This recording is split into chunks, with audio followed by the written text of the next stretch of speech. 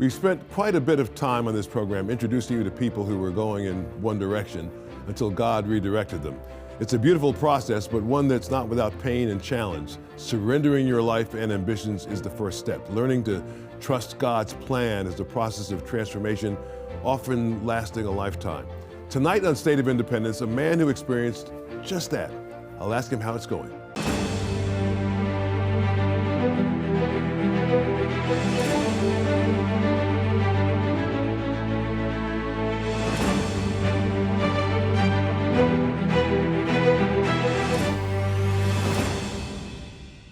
Just 4 years ago, George Benner was working in corporate America, serving in a string of good jobs with good benefits.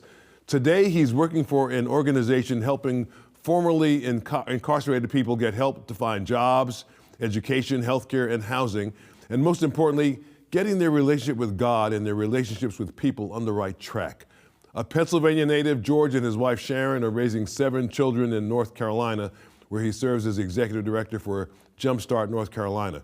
George, 7 children. That's a lot. Sounds like you're running a camp of your own. Yeah, it's fun. They're out of the house, which is nice. We love our kids, but they're out of the house. But yeah, little his, hers, and we adopted a couple kids. We had 5 teenagers at one point in our house, so that was just too much. Yeah, So, but wonderful kids and wonderful life. Yeah. Yeah, you're blessed. You're blessed. Well, and you're a native Pennsylvanian. Yes, so my wife and I happened to meet down in North Carolina, but we both live in this area, and so we're about 20 minutes away from each other, so we love coming back to Philly and seeing family and just being in the area. Yeah. We love North Carolina too, of course. Great weather down there, but yeah, happy to be back in Philly. Yeah, it's really, really nice. So, you know, your story is not one where, you know, you were like headed in a terrible direction and then God found you and transformed your life. And you were raised in a Christian household. That's the story for lots of people that I know watch State of Independence. Not everybody, but lots of people who watch State of Independence tell me, we grew up in a Christian household, which is a blessing. So you, as a young person, you were surrounded by, obviously parents who believed and who raised you to go to church and to believe, and then you went to Messiah College, and obviously you were. Was your faith pretty strong when you went to college? It was. So yes, I've been blessed. I had godly parents, great examples for me to follow. Just wonderful, wonderful, godly parents. Always following Christ, always serving others. So it taught a lot of those values in me. Going to a Christian school, through high school, going to a Christian college. Always had a strong faith, always some bumps in the road, right? But a strong faith throughout. And those are some of the things that make me think I am blessed, and I've had that, and many people have not. That's and right. Many of the people that we serve have not, and I hear their stories of just difficult lives, difficult family lives, and in situations where if I were in the same thing, I don't know where I'd be right now. So I have been blessed, and just want to use some of that mentality of serving others, what Christ teaches us to serve others.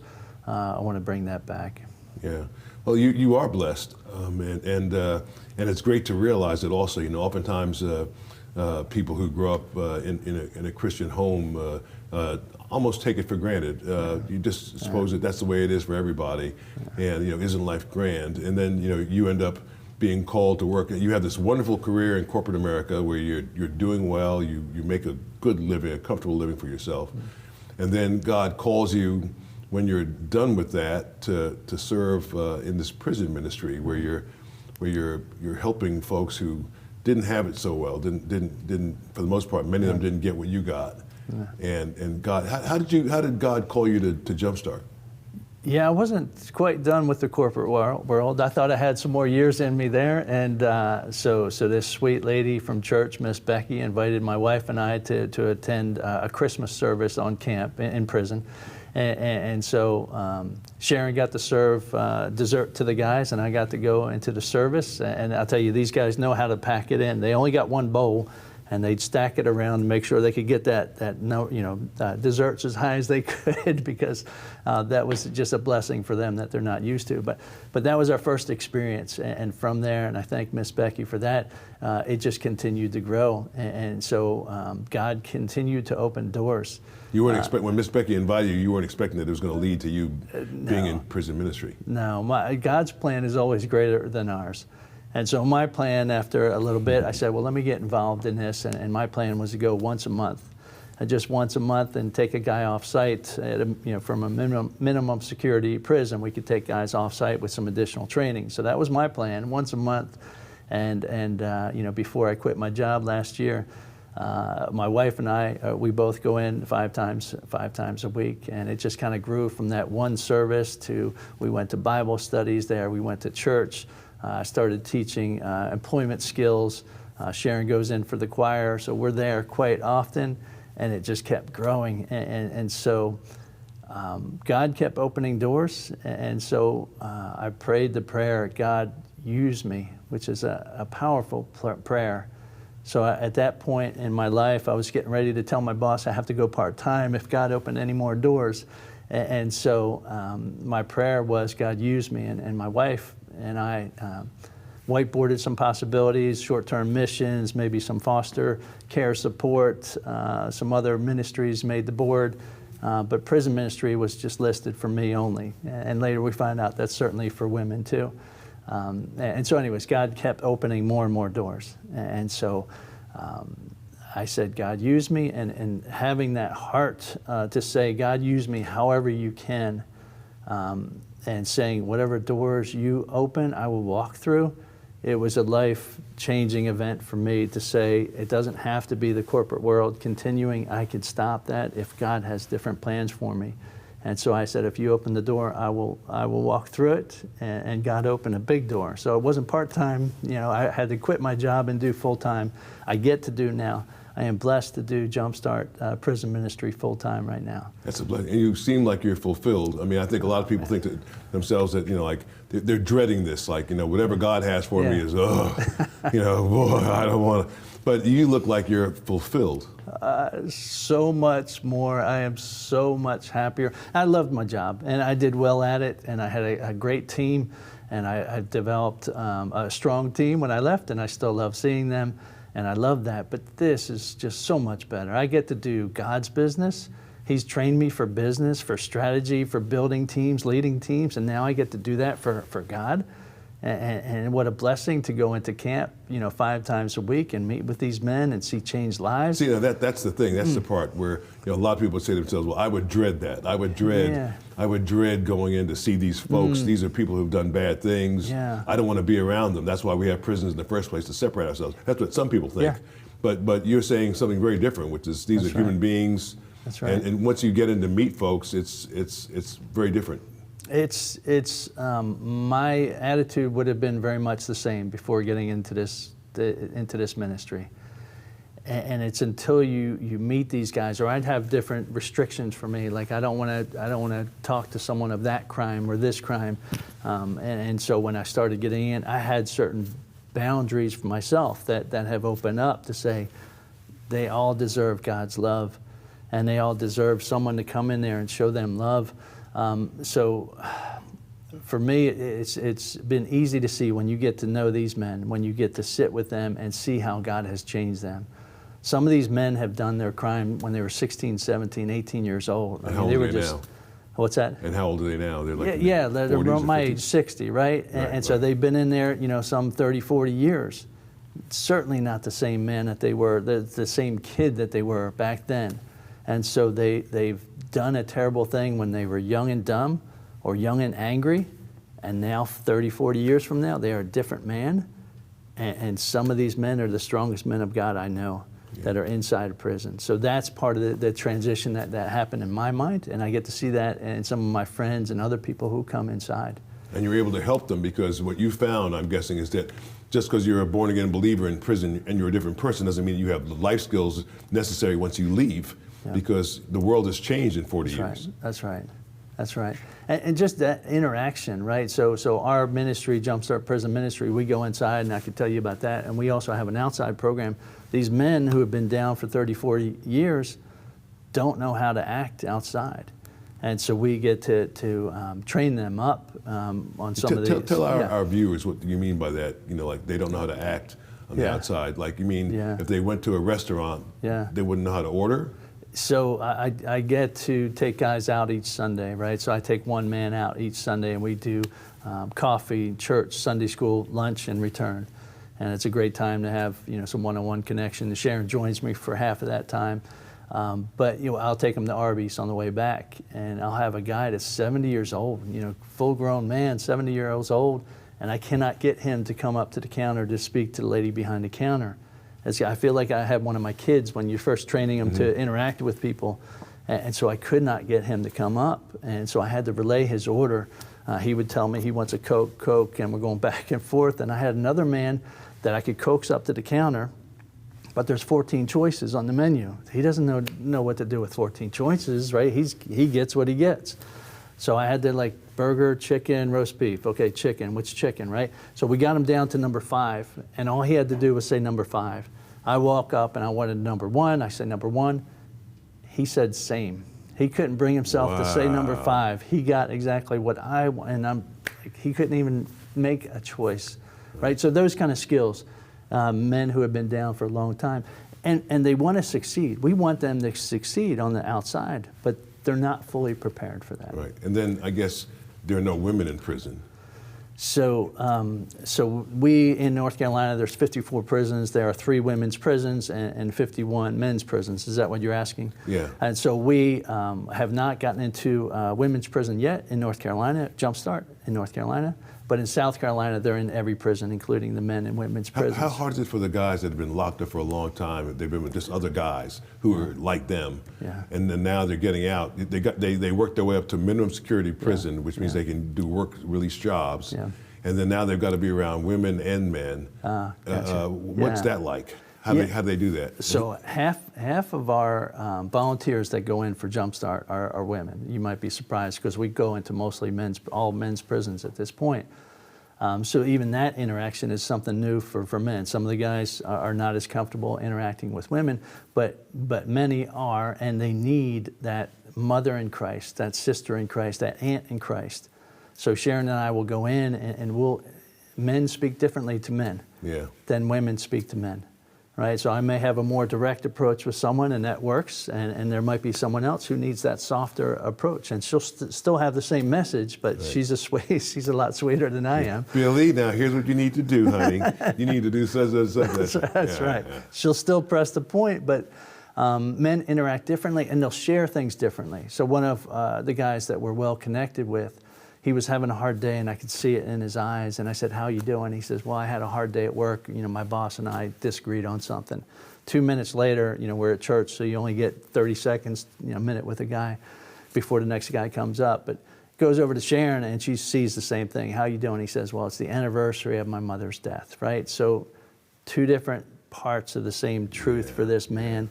So our women are the women in our JumpStart program are very effective with the men. And they also get to see a godly marriage, right? So if we have couples going in, some of these men have never seen, they stop me and it's like, "George, I watch how you speak to Sharon. I watch and I listen. We don't know, we're just chatting." And he's like, "I watch how you talk to her and how she talks to you." They've not seen that kind of relationship before, some of these men. So it's powerful to see couples in there as well. Wow, that's very, very powerful. That's so how long has JumpStart been around in North Carolina? So for North Carolina, we just started in 2022. It started in South Carolina in 2008. And it started there. They're in essentially every prison. They've had a bit of time, and so they're in every prison. They have the full-blown inside program and the outside program, which includes housing, transportation, employment, medical, a lot of support for these men who get out. Do they help so that once they get out, they still could be helped by JumpStart? That's right. That's right. That's when they're really going to need help. That's right. So we start on the inside, and we're working to transform the heart, right? So our tagline is transforming lives from the inside out. It has to start with a heart change. It has to start with Christ. We are focused on Christ 100%. That's why we are successful.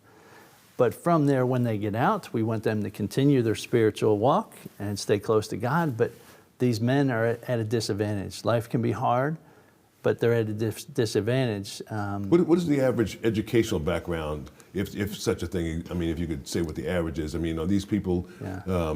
Do you find that a disproportionate share of them don't read well, or that very few have finished high school, or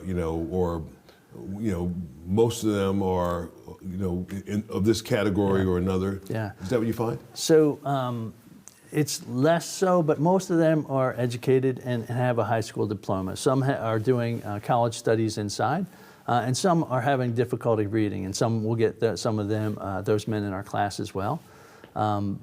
So we'll have them pair up with someone else who does know how to read, and they still have to do their homework, right? But they're at a disadvantage there as well. Yeah. That's so your wife is a believer also. It's helpful that she is as involved in this ministry as you are. Yeah. Does she work full time for JumpStart too? No, she is full time. So she's full time, and she still goes into prison 4 times a week, 5 times a week. And so when I was working full time, I was going inside 5 times a week. It's just that now I have this JumpStart position. I had to quit my other job, but she goes in 5 times a week. And so we have different levels of support or service that we offer.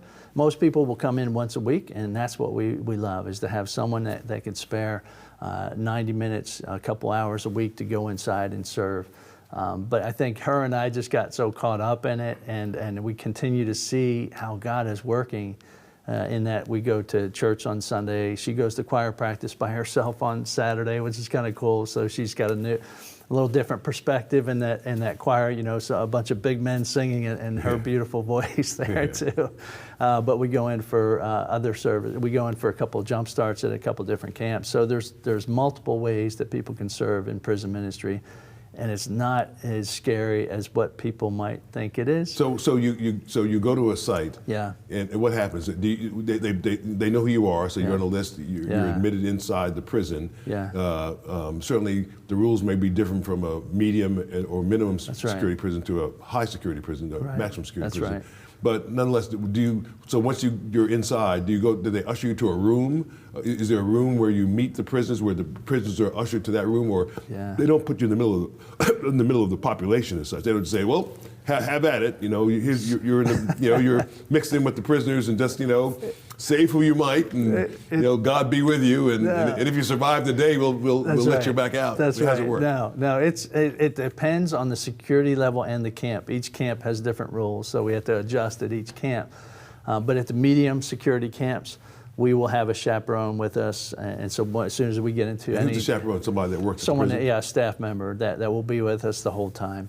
And in those settings, the guys have a lot more structure, or sometimes we could shake hands, which is just so important, to shake hands and see someone and just look them in the eye. But anyway, sometimes we have no contact. We have to do air fist bumps, no contact at all. And so we come to the room, and I'm thinking of one camp where the guys were seated, and they're not allowed to get up. I didn't realize that. They're all seated at the 4 different tables. And so I said, to the room, hey, get up and get your, Bible if you don't have one. And nobody left. And I'm like, guys, go get your Bibles. And they had to look at the lady who was chaperoning, wait for her head nod, and then they were allowed to. So it's pretty well structured, especially early on in a camp. Minimum security camps, depends on the camp again, but after we check in at the gate, Sharon and I and other volunteers can walk freely across the camp and interact with other men, and we love that because they are more likely not to know Christ. Yeah, exactly. So the men in our program are more likely to know Christ, and the men in church are more likely to know Christ. But we get to interact with guys on the yard and say, hey, come on to church, come on to Bible study. Nice. So it's surreal sometimes when we catch ourselves, just walking across camp. Hey, we're in prison, and we're just. And that's probably less typical, but it depends on the security level of the camp. Yeah. Well, whenever you say the words, "Here am I, send me," God hears those words and takes them seriously. You're a media man today who did just that, and God sent him to work with people living in incarceration who want a new and better life. We'll be back with George Benner in just a minute. You're watching Joe Watkins' State of Independence on Lighthouse TV. Positively different. Share your comments about today's program in the comment box at joewatkins.org.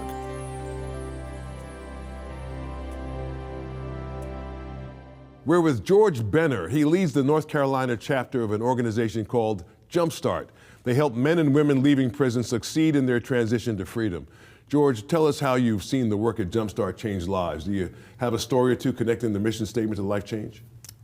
Yes, so transforming lives from the inside out is our tagline, and we get to see that. So in our inside program, it's a 40-week program. We sit at a table probably about this size, a couple volunteers, so I'll sit on one side, Sharon maybe on another, and we have multiple volunteers at each camp, about 8, and maybe 6 guys around. And so we go through Christ-centered material. We are Christ-focused, number one. But we go through that 40 weeks at the same table, so we get to know them, the men at the table very well. Have seen transformation. Some of it happens pretty quickly. Thinking of a couple guys at our one table, Jordan had been down for maybe 30 years, and he could not share, right? We asked that the men show up, they do the homework, and they participate. Those are 3 requirements, and some men can't do that. About half of our participants drop out. What homework do they have? They have a chapter in the Purpose-Driven Life, and they have 6 pages, 5 or 6 pages in our life book. It's a curriculum that was designed by men inside. So this curriculum was designed by offenders. This program was created by offenders. So they have to do these 5 pages in the workbook, 1 on the purpose-driven life, 1 on a verse, and 1 on a character trait, 2 pages on a character trait. So I guess 4 pages, right? So it's not a whole lot, but they have to complete that, and some men are just not ready for it. So this one man, Jordan, at the table, he wasn't sharing. So we give him some grace because he'd been down for a while. And I don't know if this man has... What do you mean by down for a while? Sorry, he had been in prison. He had been in prison for maybe 30 years. He wasn't used to sharing at a table. He may not have been used to sharing with anyone. And so we gave him a few weeks, and after a few weeks, he started sharing, right? Because he started to develop this bond, and we could get to the heart of the matter. And us as volunteers, we go in, we're not there to preach or to teach, we're there to facilitate a table. We have the curriculum already done. We do our homework just like they do. And now our role is to, hey, what have you learned about God? What has Jesus taught you this week? And so finally he started talking in week 3, and after that we couldn't shut him up. He just kept talking. Yeah. So our role is to say, hey, Jordan, thank you very much. Let me move on to Jason. All right, and make sure he gets to share some of his wisdom and share some of his insights. But Jason was another guy. He's one of these, he was a 40-year-old teenager, right? And we see a lot of those inside. 40, 50-year-old teenagers just never grew up, never took things serious. He was still doing drugs inside. And come week 6, he said to Sharon and I, he said, I had to call my girlfriend and I had to tell her that we can't be together anymore. She's doing drugs on the outside, he's doing drugs on the inside. And he said, my life is going down a different path and I can't be with you anymore. And that's the reason we go in there, to see life changes and where these guys get it, right? They finally get it, that something needs to change. And so we help them understand the Word. We help them to understand fellowship. We help them to understand ministry and mission and becoming more like Christ. Yeah. How are you all funded? How's JumpStart funded? It's through donations, through churches and individuals. It's needed because we continue to grow, and we're growing pretty quick. We're in 5 states now. We'll be in 6 by the end of this year. We're in 12 prisons for North Carolina, and we continue to grow. So we got into 8 new prisons this year. So that was a pretty big number. We went to 8 wardens, and every one of those 8 wardens said yes. And that's just praise to God, because that's not typical. You would think you go in and you want to offer a program to the camp, and the wardens would be all over it. They're suspect. They're looking for a proven program. And so these programs, as we expand, we need money to keep those camps open, and to open new camps, and to reach more men. So every time we open a new camp, there's 30 more men that we get to share Christ with, right? And that's just year 1, then year 2, year 3. Yeah. So that's how we get our funding. Yeah, that's wonderful. I just love what you're doing. I love how God is using you, brother. Yeah. How, you know, it didn't just end for you in corporate America, but that God had a purpose and a plan for your life beyond corporate America. Yeah. And he's using all your corporate skills for you in this ministry that you're doing. And we need volunteers too, right? We need volunteers, and we people who have any skill, right? It could be corporate America skills. So I was blessed to be trained and lead teams and set strategy and grow teams, and I did that all for business. And now I get to do the same thing for God, right? So it's God's business now, and I get to do those same things. I get to grow this organization across North Carolina and help to grow it across the U.S. How cool is that? I get to use all these skills that we're highly, paid for, and get to use that now for God full time. What a blessing! So we have volunteers, and we're starting to use the term super volunteers for those volunteers who are able to step up and spend more time. So we have our first employment navigator for North Carolina. So she was a director of HR, so she has all of those skills. Now, as men are exiting, she will interview these guys and help them do a job search, right? We have someone else doing social media. We have someone else doing our data processing, right? So all of those skills, any skills that people have, they could contribute to this organization to help men, to help grow God's kingdom. Amen. And we'll take anyone too, because there are a lot of people in church who have been sitting in pews, have been trained. So Ephesians 2:10 says, God has trained us up. He has great things planned for us, right? So He has trained us for good works. And so people are in the pews, and they've been sitting there and trained up, and they're sometimes looking for something to do, to serve, somehow to serve. And even if you don't have experience even facilitating a table, we have 2 people at the table. So we have this one volunteer that was super nervous about volunteering, coming into prison, and just the fear of going into prison. And he said, hey, I'm nervous. And he was a Marine, right? He's nervous about going inside, more so about just sitting at a table and facilitating. So we'll pair people up with someone who's used to facilitating, and now we get to raise up this soldier in Christ. What a blessing. George Brenner, thank you for sharing the work of JumpStart with us and letting us see how God is doing His work in and through you. Learn more about JumpStart at jumpstartvision.org. I'll be back to wrap it up with our great producer, Jeff Coleman. Share what you've learned on today's program by first connecting with Joe directly on Facebook, Instagram, and Twitter. Get started at joewatkins.net. And now let's talk to our great producer, Jeff Coleman. He made it very clear, when you ask a question, God, what do you want me to do? Where do you want me to be? Where do you want me to go? What do you want me to do with my time and my life? God answers that. But the cool thing about what George stressed tonight is that He provides everything you need for whatever assignment and task He gives you. And there's no age limit, and He uses all of your skills. It's an incredible story. Yeah, it's an incredible story. Yeah, God is using it mightily. Well, maybe you're watching State of Independence on the other side of freedom, from a cell. Maybe you're waiting for a trial date. Maybe you're a victim or have an incarcerated family member. Wherever your connection is to corrections, we share the same mission: to see women and men leave prison whole, restored, and filled with hope. When you're able to, I'd love to hear from you. Just type in the comment box of joewatkins.org and hit send. I'll see your message and I'll respond. From America's very first capital, Philadelphia, I'm Joe Watkins. For Jeff Coleman and the entire team behind the cameras at Lighthouse TV, thanks so much for watching. God willing, I'll see you next time.